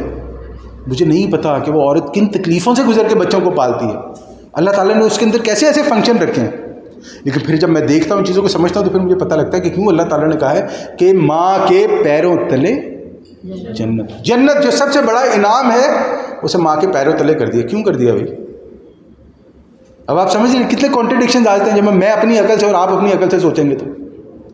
سب سے پہلی ہدایت مجھے اس سوسائٹی میں یہ چاہیے ہے کہ میں جس فیملی اسلام میں فیملی ہے، اسلام میں انڈیویجوالٹی نہیں ہے، اسلام میں کوئی انڈیویجوالٹی نہیں ہے، اسلام میں یعنی اسے کہتے ہیں نا 1% رول نہیں ہے، اسلام میں ڈویلٹی ہے۔ حضرت آدم اکیلے دنیا پہ نہیں آئے تھے، حضرت آدم اکیلے جنت میں نہیں تھے، اماں حوا علیہ السلام کو ان کے ساتھ کیا گیا، دنیا میں اتارا گیا، مل کے انہوں نے زندگی گزاری۔ اسی لیے اسلام میں جو سب سے پہلی چیز کی طرف، حقوق کی طرف، جو آپ دیکھیں کہ اسلام میں اللہ تعالیٰ نے بیان کیا نا کہ اللہ تعالیٰ کے حقوق ہیں جو عبادات میں، ایک بندوں کے حقوق ہیں تو وہ بھی اللہ تعالیٰ کے، لیکن سیگریگیٹ کرنے کے لیے۔ تو یہ بندوں کے حقوق کا معاملہ بہت امپورٹنٹ ہے، اور اس میں سب سے امپورٹنٹ، سب سے زیادہ جس پہ زور دیا گیا ہے وہ ان لوگوں کے حقوق ہیں جو آپ کے ارد گرد ہیں، آپ کے بچے ہیں، آپ کے والدین ہیں، آپ کی بیوی ہے، آپ کا بھائی ہے، بہن ہے، جو بھی ہے۔ یہ مجھے اس کے لیے چاہیے ہے کیونکہ میں جینڈر ایک ہی ہوں، میں جو ہوں میں وہی ہوں۔ اسلام میں یا آپ مرد ہیں یا آپ عورت ہیں، باقی آپ اپنے آپ کو جو مرضی کہتے تھے وہ ایک علیحدہ پرابلم ہے، لیکن اسلام میں یا آپ مرد ہیں یا آپ عورت ہیں۔ اور ان دونوں کے لیے جو کریٹر ہے اس نے ہمیں بتا دیا ہے کہ کیا ہدایت ہوگی، مرد کے کیا حقوق ہوں گے، عورت کے کیا حقوق ہوں گے. ہمیں سمجھ آ جاتی ہے الحمدللہ رب العالمین. ہمیں سمجھ نہیں آ جاتی ہے تو جس معاشرے میں ہم رہ رہے ہیں آج سے 50 سال پہلے انہوں نے جو فیملی سسٹم ہے اس میں گڑبڑ کی، اور آج یہاں پر 50% سے زیادہ لوگ وہ ہیں جنہیں ہماری زبان میں حرام زادہ کہا جاتا ہے. یعنی وہ لوگ ہیں کہ جنہیں اپنے ماں باپ کا نہیں پتہ، ان کو ان کے ماں باپ کا نہیں پتہ، اور شاید ان کو بھی ان کے ماں باپ کا نہ پتہ ہو. اس کی وجہ یہ ہے کہ جب آپ اللہ تعالیٰ کے بنائے ہوئے قوانین کے ساتھ چھیڑ چھاڑ کریں گے تو پھر یہی ہوگا. اور اس کی ایک مثال ہم پاکستان میں بھی دیکھ سکتے ہیں. آپ کو بڑا عجیب لگے گا کہ پاکستان میں آپ اس بلکہ جانتے ہوں گے کہ پاکستان میں برقعے اترتے جا رہے ہیں ماڈرنزم کے نام پر، اس کے نام پر. میں یہ نہیں کہہ رہا ہوں برقعہ مسٹ ہے، میں صرف آپ کو ایک ایگزامپل دینے کے لیے یہ بات سمجھا رہا ہوں. جبکہ اس کے مقابلے میں آپ دیکھیں کہ یہاں والے یا ہندوستان والے ہمارے ساتھ والے وہاں پہ دیکھیں کہ وہاں پہ یہ پرابلم نہیں ہے، کیونکہ ان کو پتہ ہے وہاں کے مسلمانوں کو کہ ہمارے اگینسٹ میں ایک نان مسلمس یا ہمارے اسلام کے اگینسٹ میں ایک اور دین کھڑا ہے. پاکستان جب اس چیز کو نہیں سمجھایا جاتا، پرابلمز نہیں بتائی جاتی، ڈسکس نہیں کی جاتی، تو پھر یہی ہوتی. بہرحال وہ بات کہیں اور چلے گی. تو پہلی ہدایت جو مجھے اپنی زندگی میں چاہیے سوسائٹی میں، وہ ایک مرد اور عورت کی حیثیت سے چاہیے. دوسری ہدایت جو مجھے درکار ہے کہ میں جب اپنی فیملی سے باہر نکلتا ہوں تو اب مجھے کمانے اور کھانے اور پینے اور اپنی اسے بورڈنگ لاجنگ کہتے ہیں، اس کے لیے مجھے کیا کرنا ہے. کیا کروں؟ نوکری کروں، بزنس کروں، شراکت داری کروں، غلامی کروں، کیا کروں؟ چلے میں چوز کر لیتا ہوں، مجھے نوکری کرنی ہے. کس کی؟ کیسے؟ میں اگر نوکری کرتا ہوں تو میرے پہ کیا پابندیاں ہوں گی، کیسی ہوں گی، کون کرے گا، کتنی کرے گا؟ اگر میں بزنس مین ہوں، میں اپنے نیچے نوکر رکھتا ہوں تو کیسے رکھوں گا، کیا کروں گا، کیا اس کے رائٹس ہیں، کیا میرے رائٹس ہیں؟ یہ بھی ایک بہت بڑا امبیلنس ہے. اس کی سب سے بڑی مثال اور بڑی خوبصورت مثال اگر ہم دیکھیں تو نہیں، اس کو بعد میں ڈسکس کرتے ہیں. تو یہاں پر ایک بزنس مین کی حیثیت سے اور ایک سرونٹ، ایک امپلائر اور ایک امپلائی کی حیثیت سے، دو مختلف حیثیتوں میں مجھے کیا کرنا چاہیے. اور یہ دو ہستیاں ایسی ہیں کہ جو کبھی بھی خوش نہیں ہوتی ہیں، نہ امپلائی امپلائر سے، نہ امپلائر امپلائی سے، ایک up to a certain level. تیسری چیز سرمایہ داری، پیسہ. پیسے کو کیسے انرول کریں گے ہم اس سوسائٹی میں؟ کیا کریں؟ میرے پاس پیسہ ہے تو میں کیا کروں؟ سارا لے کے رکھ لوں، کھٹا کھود دوں، دبا دوں، یا وہ سارا پیسہ اٹھا کے آپ میں بانٹ دوں؟ آپ میں بانٹ دوں، میرے بیوی بچے بھوکے مر جائیں گے. کیا کروں؟ بیوی کا بھی رائٹ ہے، بیٹی کا بھی رائٹ ہے، ماں کا بھی رائٹ ہے، باپ کا بھی رائٹ ہے، رشتہ داروں کا بھی رائٹ ہے، وہ جو میرے نیبرز ہیں ان کا بھی. کیا کروں اس پیسے کا؟ اچھا چلے پیسہ مجھے سمجھ آ گئی کہ بھئی یہ کرنا ہے، کیسے کرنا ہے، اس کو کیسے ڈسٹریبیوٹ کروں، کیا کروں؟ آپ دیکھیں اس کی بڑی خوبصورت مثال قرآن دیتا ہے کہ آج سے 1400 سال پہلے جب اللہ تعالیٰ نے ربا، سود حرام کیا تو اس کی کوئی وجہ نہیں بتائی، صرف یہ بتایا کہ حرام ہے. لوگے تو فَأْذَنُوا بِحَرْبٍ مِّنَ اللَّهِ وَرَسُولِهِ، تو اللہ اور اس کے رسول کے خلاف اعلان جنگ ہے. چھوڑ دو گے تو انشاءاللہ تمہارے لیے بہت بہتر ہے. اور آج ہم 1400 سال بعد دیکھتے ہیں کہ اس بینکنگ سسٹم کی وجہ سے ایک امیر اور غریب کے درمیان کتنا بڑا ایک گیپ ہے، اور ہمیں کچھ نہیں پتا اس کا کیا کرنا ہے، کچھ نہیں پتا. کرنسی، پیپر کرنسی کہاں سے آئی ہے؟ کیا ہے؟ یہ تو پیپر ہی ہے نا جو ہمارے پاس ہیں، یہ پیپرز ہی ہیں نا. یہ بھی پیپر ہے، اور ایک کرنسی ایسی بھی کہ اس پہ جب آپ کچھ چھاپ دیتے ہیں، کچھ کر دیتے ہیں، وہ پیسہ بن جاتا ہے، اس کی ویلیو ہو جاتی ہے. کیا ہے؟ اب تو اور بھی ایک اور آپ آ جائیں، اب تو سب کچھ ڈیجیٹل ہوتا جا رہا ہے. اب تو ڈیجیٹل کرنسیز اب تو ایگزسٹ بھی نہیں کرتی. آپ کمپیوٹر پہ بیٹھ کے جو بھی کرتے ہیں دیر اٹ گوز. کیسے ہے بھائی یہ؟ کیسے آپ نے کیسے آ گئے آپ اس سے؟ What is the idea behind it? کیسے کر رہے ہو آپ یہ تمام چیزیں جب ہم دیکھتے ہیں تو اب ہمیں سمجھ آتے ہیں کہ اللہ ہمیں تو ہدایت چاہیے ہی چاہیے، ہم تو اس کے بغیر رہ ہی نہیں سکتے. تو ہمیں ہدایت کس طرف چاہیے؟ ہمیں ہدایت چاہیے ایک ایسے رستے کی طرف جو سیدھا ہو. اہدنا الصراط المستقیم. مجھے چاہیے ہدایت صراط مستقیم کی طرف، سیدھے رستے کی طرف. یہ جو ہم نے جتنی باتیں کی ہیں نا، یہ سارے رستے ہیں، یہ ساری مشکلات ہیں. ان ساری مشکلات کا رستہ اللہ تعالیٰ ہمیں ہی دکھائے گا. اور یہ رستہ ہمیں کہاں پر لے کے جائے گا؟ یہ صراط مستقیم وہ ہے جو ہمیں لے کر جائے گی جنت کی طرف. اگر جنت کی طرف نہیں جا رہی اگر اس کی وجہ سے، اور یہ پتہ لگ جاتا ہے انسان کو، انسان جب یہ تمام چیزوں کا مطالعہ کرتا ہے، سمجھتا ہے، سوچتا ہے، دیکھتا ہے، اس کے بارے میں پڑھتا ہے، سیکھتا ہے، تو انسان کو ایک حد تک سمجھ آ جاتا ہے کہ صراط مستقیم ہو سکتی ہے کہ نہیں ہو سکتی. اور یہ ہدایت اگر صراط مستقیم کی طرف نہیں لے کر جا رہی تو آپ اس جنت تک نہیں پہنچ سکتے.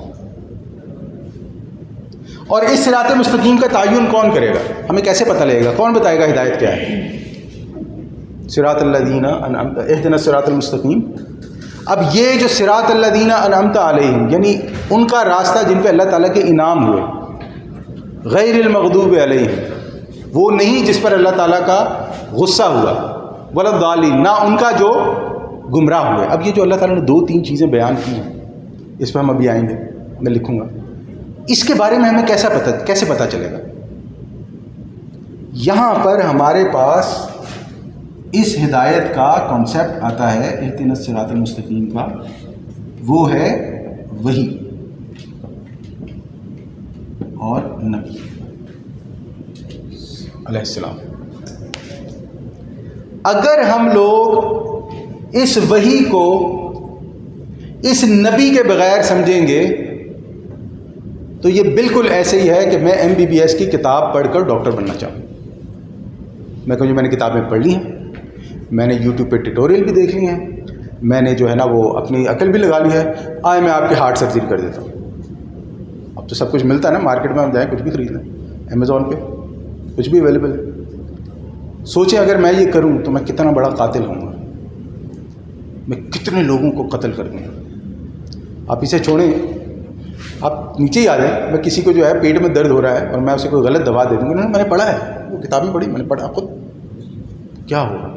میں کتنا بڑا بلنڈرز کرنے شروع کر دوں گا. بالکل یہی معاملہ وحی اور نبی کا ہے. اگر آپ اس وحی میں سے اس نبی کو نکال دیں گے، اس کی میں وجہ بتا رہا ہوں کہ اب میں وجہ آپ کو بتاتا ہوں کہ کیوں، تو اس دنیا میں پھر آپ اپنی عقل لڑا کے وہی کام شروع کر دیں گے جو یہ سمجھے بغیر آپ نے یہاں پہ شروع کیا تھا. بالکل یہ سمجھے بغیر اس چیز کے، یہ جو ہے نا یہ والے حصے اگر اس چیز کے بغیر سمجھیں گے، وہی اور نبی کے بغیر ہم اس چیز کو سمجھیں گے تو ہم بالکل وہی پرابلم شروع کر دیں گے کہ بھئی نبی آیا تھا، اس نے بتا دیا، کام ختم. اگر نبی نے صرف بتانے تھا تو اللہ تعالیٰ نبی کو سلیٹس دے دیتا، وہ ٹیبلٹس دے دیتا اور کہتا یہ لو پکڑو، جاؤ دے دو، باقی تمہارا کام ختم. لیکن ایسا نہیں ہے. وَأَطِیعُوا اللَّهَ وَأَطِیعُوا الرَّسُولَ، آپ نے اللہ کی بھی اطاعت کرنی ہے، آپ نے نبی کی بھی اطاعت کرنی ہے. تو یہ اللہ اور نبی کی اطاعت اللہ تعالیٰ نے مشروط کیوں رکھی ہے؟ اس کی وجہ یہی ہے کہ اگر ہم اپنی عقل سے اس اطاعت پر جائیں گے تو ٹھیک ہے، اللہ تعالیٰ نے جو بھی میرے لیے رکھا ہے میں اس میں پرابلم شروع کر دوں، کیونکہ میرے پاس کوئی رول ماڈل نہیں ہے اسے فالو کرنے. اب اسی کو ہم ایک آن دا کانٹریری دیکھتے ہیں، آج کے اپنے مسائل میں اس کو ہم دیکھتے ہیں، ہمارے آج کا مسائل اس کے کیسے پرابلم پیدا کرتے ہیں. ہمارے لیے ہمارے رول ماڈلز ہوتے ہیں ہمارے پیرنٹس. ایک ایج تک 12 13 14 سال کی عمر تک ہمارے رول ماڈلز ہوتے ہیں ہمارے پیرنٹس. ہم چاہے اسے سمجھیں یا نہ سمجھیں، یہ ایسے ہی ہوتا ہے. اب میرے ماں باپ کے بیچ میں بہت لڑائی جھگڑا رہا ہے. میری ماں کو ہمیشہ دبا کے رکھا گیا اور میرا باپ ہمیشہ رول کرتا رہا. بلکہ اس سے بھی ورس سچویشن دیتا ہوں، میرے دادا دادی نے میرے گھر پہ رول کیا، انہوں نے میرے گھر کا بیڑا غرق کر دیا. اب میں 13 14 سال کا بچہ ہی نہیں سمجھ سکتا، مجھے پتہ ہی نہیں. میں یہ دیکھتا ہوں کہ ادھر سے دادا جی گھر پہ آتے ہیں، وہ جو ہے نا وہ میری ماں کو کہتے ہیں یہ کرو، اور میرا باپ کہتا ہے چلو کرو، میرا باپ ہے یار کر دوں کیا. اور جب میری ماں کچھ کہتی ہے تو کہتے ہیں یار چلو نا اللہ تعالیٰ نے حقوق رکھے ہیں میرے. اب جب میں یہ ساری چیزیں ہوتے دیکھتا ہوں، میں پھر دیکھتا ہوں میری ماں کوڑتی ہے. اب آپ کو ہوتا ہے ہمارے معاشرے میں تو بیچاری بیوی کر بھی کچھ نہیں سکتی نا، کم از کم میری ایج تک تو کچھ نہیں ہے، جو ہماری جنریشن ہے اس میں تو کچھ نہیں کر سکتی. اب بعد والی نے تو جو بھی کرنا ہے. اب پھر وہ جو 13 14 سال کا بچہ ہوتا ہے وہ دیکھتا ہوں کہتی ہے یہ کیا، یہ معذرت کے ساتھ یہ کیا کتوں والی زندگی ہے میری ماں کی، یا یہ کیا کتوں والی زندگی ہے میرے باپ کی. اب پھر اس کی ایک ایج آتی ہے، وہ 18 ہوتا ہے 19 سال کا ہوتا ہے. اب اس کے ماں باپ کہتے ہیں یہاں پہ آپ کی باری، شادی کرو. وہ کیا کہتا ہے، شادی، یہ زندگی، اعلان برات. اب یہ جو اعلان برات ہوتا ہے نا، یہ نسلوں کو خراب کر دیتا ہے.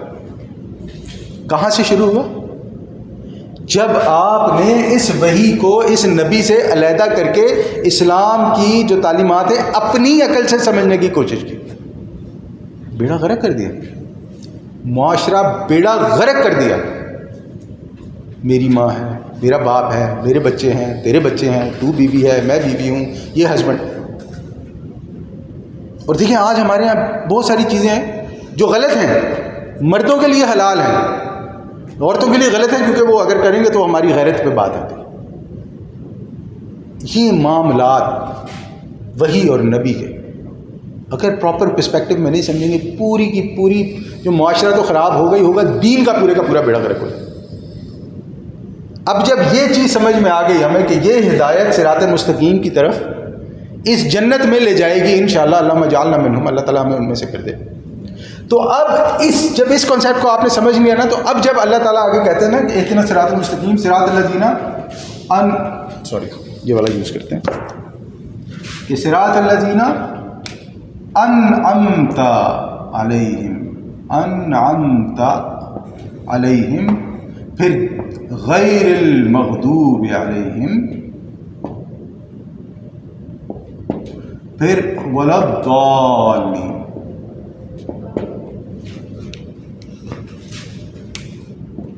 اب یہ جو تین چیزیں آئی ہیں نا، انعمت علیہم، غیر المغضوب علیہم اور ولا الضالین، اگر آپ اس پر نہیں چلیں گے تو آپ پر انعام بھی نہیں ہوگا، آپ ضال بھی ہوں گے، گمراہ بھی ہوں گے، اور آپ اللہ تعالیٰ کے غصے کے مستحق بھی ٹھہریں گے. یہ تین چیزیں، یہ تین لفظ جو اللہ تعالیٰ نے استعمال کیے ہیں، یہ ایک انسان کے لیے ہدایت کا پورا رستہ کھول دیتے ہیں، یعنی پورا کنسیپٹ کلیئر کر دیتے ہیں. اس صراط مستقیم پر چلنے کے لیے ہمیں ایک رول ماڈل کی ضرورت ہے، اور یہ رول ماڈل وہ ہیں کہ جس پر اللہ تعالیٰ کا انعام ہوا ہے. یہ انعام دنیاوی بھی ہو سکتے ہیں. ہمارے ایسے بھی انبیاء گزرے ہیں، حضرت داؤد اور حضرت سلیمان جو بادشاہ تھے، اور ہمارے وہ نبی بھی ہیں صلی اللہ علیہ وسلم کہ جن کے پاس دنیا کی پوری دولت تھی، لیکن انہوں نے اپنے پاس رکھنے گوارا نہیں کی، انہوں نے دنیا میں بانٹ دی. جب آپ مکہ میں داخل ہوئے ہیں، نبی اکرم صلی اللہ علیہ وسلم مکہ کو فتح کر کے جب مکہ میں داخل ہوئے ہیں، وہ چاہتے تو اپنے تمام دشمنوں کی گردنیں اڑا دیتے اور ان کا سارا مال لے لیتے، کون روکنے والا تھا؟ اور وہاں تو ہوتا ہی ایسے تھا نا، نہیں کیا. اور اگر کبھی کچھ مل بھی گیا لوگوں میں بانٹ دیا، اپنے لیے زکوٰۃ حرام کر لی، صدقہ حرام کر لیا. آپ کو پتہ نہیں صلی اللہ علیہ وسلم پہ نہ زکوٰۃ تھی نہ صدقہ تھا، وہ نہیں لیتے تھے، گفٹ تھا ان کے لیے. اگر کوئی گفٹ دے، اس لیے اگر کوئی کبھی کچھ لے کے آتا تھا تو پوچھتے تھے صدقہ ہے یا تحفہ ہے. اگر وہ کہتا تھا صدقہ ہے تو کہتے تھے رکھ دو، پھر لوگ آتے تھے ان کو دے دیتے تھے. اگر کہتے تھے تحفہ ہے تو کہتے تھے دے دو، وہ پھر اپنے لیے استعمال کر لیتے تھے اگر کرنا ہو. وہ نبی. اب جب یہ چیز ہمیں سمجھ آ گئی، انعام ہمیں سمجھ میں آ گیا، اب یہاں پر یہ جو دو چیزیں ہیں نا، غیر المغضوب علیہم، کہ اللہ تعالیٰ کا ریت، اینگر، غصہ نہ ہو، اس کی کچھ وجوہات ہوتی ہیں. اللہ تعالیٰ کا غصہ آپ پر کب ہو سکتا ہے؟ غصہ اللہ تعالیٰ کا بات کرتے ہیں، اس سے پہلے ہم آتے ہیں. غصہ تب آتا ہے ہم میں کسی کو بھی، غصہ عموماً تب آئے گا جب کوئی ایسا کام ہوگا کہ جس کے بارے میں انسٹرکشنز کلیئر ہیں، بات اوپن ہے، لیکن میں اس میں گڑبڑی کر کے اسے اپنے مطلب کی کرنا چاہ رہا ہوں. آپ مجھے کہتے ہیں کہ یہ پانی مت پیو، میں کہتا ہوں اچھا، میں اسے کھولتا ہوں گلاس میں ڈالتا ہوں پی لیتا ہوں. آپ کہتے ہیں یہ کیا کیا؟ میں نے کہا تھا آپ نے کہا تھا یہ پانی مت پیو، تو وہ تو بوٹل میں تھا نا، میں نے گلاس میں ڈال کے کیا فرق پڑا؟ وہ تو نہیں تھا. اب یہ آپ کو بھی پتہ ہے اور مجھے بھی پتہ ہے کہ یہ صرف ایک فضول قسم کی بکواس ہے جو میں نے کی ہے. اسی طرح آپ مجھے کہتے ہیں کہ ایک کام مت کرو، میں کہتا ہوں ٹھیک ہے، میں وہ کام نہیں کرتا، لیکن اس سے ملتا جلتا دوسرا کر لیتا ہوں. میرے سامنے انسٹرکشنز کلیئر ہیں، میرے سامنے معاملات بالکل واضح ہیں. مجھے پتہ ہے کہ میرے پہ میری والدہ کا کیا حق ہے، میری بیوی کا کیا حق ہے، میرے امپلائر کا کیا حق ہے، میں نے کیا کرنا ہے، کہاں سے کرنا ہے، کیسے کرنا ہے، کیا کمانا ہے، دھوکہ نہیں دینا ہے. لیکن میں ان ساری چیزوں کو اپنے لیے دین کی بنیاد پر جائز کرنا شروع کر دوں. آپ کو تو دھوکہ دے سکتا ہوں، اپنے رب کو کیسے دھوکہ دوں؟ یہ نہیں ہو سکتا. تو یہ وہ معاملہ ہے غیر المغضوب. اللہ تعالیٰ کی اینگر، غصہ، اللہ تعالیٰ کے عذاب کا مستحق اگر انسان یہ کام کرے گا جہاں پہ اس کے پاس ہدایات واضح ہیں تو پھر یہ آئے گا اس کو. اور ولا الضالین، انسان گمراہ کب ہوتا ہے؟ گمراہی کے بھی بہت سارے وجوہات ہو سکتی ہیں، لیکن اگر ہم باٹم لائن پہ جائیں، اس کو بالکل باٹم پہ سمجھنے کی کوشش کریں. گمراہی انسان کے لیے تب ہوتی ہے جب وہ چیزوں کو ایگزیجریٹ کرنا شروع کرتے ہیں. مجھے پتہ ہے کہ میں یہ بزنس کروں گا، یہاں پہ نہیں چلتا. مثال دے رہا ہوں کہ میں جو ہے نا یہاں پہ کپڑوں کا بزنس کر لیتا ہوں. ٹھیک ہے، میں کپڑوں کا بزنس، اب مجھے پتہ ہے کہ میں نے مارکیٹ اسٹڈی میں اس میں جو ہے نا نہیں چلنا وہ، کیونکہ یہاں سے بڑے بڑے لوگ ہیں. لیکن میں ایگزیجریٹ کرتا ہوں، نہیں میں جو ہے نا میں یہ بھی کر لوں گا، میں یہ بھی کر لوں گا، میں یہ بھی کر لوں گا، اور وہ نہیں ہوتا. میرا پیسہ بھی ضائع، میرا ٹائم بھی ضائع، میرا فلانا ڈمانا سب ضائع ہو گیا. اس کو ایک لیول اوپر لے کے آتے ہیں. میری والدہ مجھ سے بہت پیار کرتی ہیں، میرے والد صاحب مجھ سے بہت پیار کرتے ہیں، انہوں نے ہمیشہ اس پہ کیا. اب میں انہیں دھوکہ دے کر ان کی چیزیں ہتھیانا شروع کر دوں. یہ تو خیر مغدوب میں آئے گا، لیکن میں چلے ایسا کرتا ہوں کہ میں یہ سمجھتا ہوں کہ اگر میں انہیں دھوکہ دوں گا تو کوئی بری بات نہیں، اتنا پیار کرتے ہوں معاف کر ہی دیں گے. میں جو ہے نا ان کے نقلی سگنیچر بھی کر دیتا ہوں، یا میں اپنے والد صاحب کی جو ہے نا وہ کچھ چیزیں بھی لے لیتا ہوں کہ یار چلو خیر ہے، والد صاحب میں معاف کر ہی دیں گے، اتنا پیار کرتے ہیں. ماں کی جو ہے وہ والد سے 3 گنا زیادہ پیار کرتی ہے، تو میں جو ہے وہ اپنی بیوی کے لیے اس کی بھی چیزیں چوری کر لیتا ہوں، اس کا سونا چوری کر لیتا ہوں. کیا کر رہا ہوں میں؟ یہ ہوگا جب انسان اللہ تعالیٰ کی محبت میں ایگزیجریشن کرے گا. میں مسلمان ہوں، میں نے جنت میں جانا ہی جانا ہے. یہ ہے سب سے بڑی مسکنسیپشن. اچھا، ایسا نہیں ہے کہ یہ ایسا نہیں ہے، لیکن یہ مسکنسیپشن ایک بہت بڑی آؤٹ آف دا کانٹیکسٹ. اب اس مسکنسیپشن کے چکر میں اسے بھی دھوکہ دے رہا ہوں، اسے بھی دھوکہ دے رہا ہوں. حلال کر لی اپنے اس لیے تمام چیزیں، برائیاں اپنے لیے حلال کر دی. کیا کہہ کے؟ میں مسلمان ہوں، اشہد ان لا الہ الا اللہ، میں جو بھی کروں اللہ تعالیٰ نے میرے لیے معاف کر دیا، کیونکہ شرک کے علاوہ ہر گناہ معاف ہے. یہ ہے وہ دال کیا. جب اب دیکھیں یہ جو ہے نا، یہ جو میں نے آپ کے سامنے پیش کیا نا، اور یہ ہے وہ تیسرا حصہ قرآن کا. یہ تیسرا حصہ ہے عمل سے جو تعلق رکھتا ہے. اگر ہم اس پوری صورت کو دیکھیں تو یہ پوری صورت ہمارے لیے پورے قرآن کی سمری ہے. پورا قرآن جو ہے وہ انہی ہدایات کو آپ سمجھے کہ کھول کھول کر بیان کرتا ہے. اگر ہم قرآن میں واقعات کی بات کریں تو اس میں آپ دیکھ لیں گے کہ دول کا مسئلہ ہوگا، مغضوب کا مسئلہ ہوگا، اللہ تعالیٰ کے رحمان رحیم کا پرابلم ہوگا، مالک یوم الدین کا مسئلہ ہو جائے گا. یعنی قرآن کو اگر آپ پورا کھنگالیں نا تو یہ تمام چیزیں جو ہے نا اللہ تعالیٰ نے اس پورے دریا کو کوزے میں بند کر دیا ہے اس صورت کے تھرو کہ یہ ہے آپ کی زندگی، یہ ہے قرآن کی تعلیمات. آپ اس کو سمجھیں گے، اس پر عمل کریں گے، اس کے لیے یعنی کہ اپنا اگر آپ کی یہ چیز آپ کی سمجھ میں آئے گی تو اس کے بعد ساتھ ہی اللہ تعالیٰ سورہ بقرہ میں کیا فرماتا ہے؟ ذالک الکتاب لا ریب فیہ ھدی للمتقین. پھر اس کے بعد انشاءاللہ ہم اگلی بار بات کریں گے، اس کی بھی کریں گے.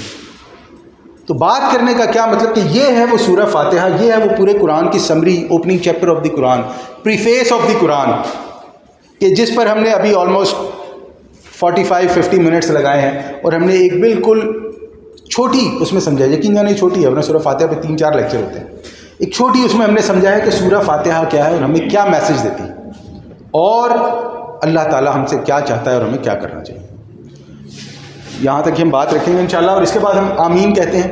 آمین سب کہتے ہیں، وہ چاہے کسی بھی اسے ہو. یہ علماء کے درمیان کنسنسس ہے کہ آپ نے سورہ فاتحہ کے بعد آمین کہنا ہے. صرف فرق یہ ہے کہ کچھ اونچا کہتے ہیں اور کچھ آہستہ کہتے ہیں، کہتے ساتھ. وآخر دعوانا الحمدللہ. اگر آپ کے ذہن میں کوئی سوال ہے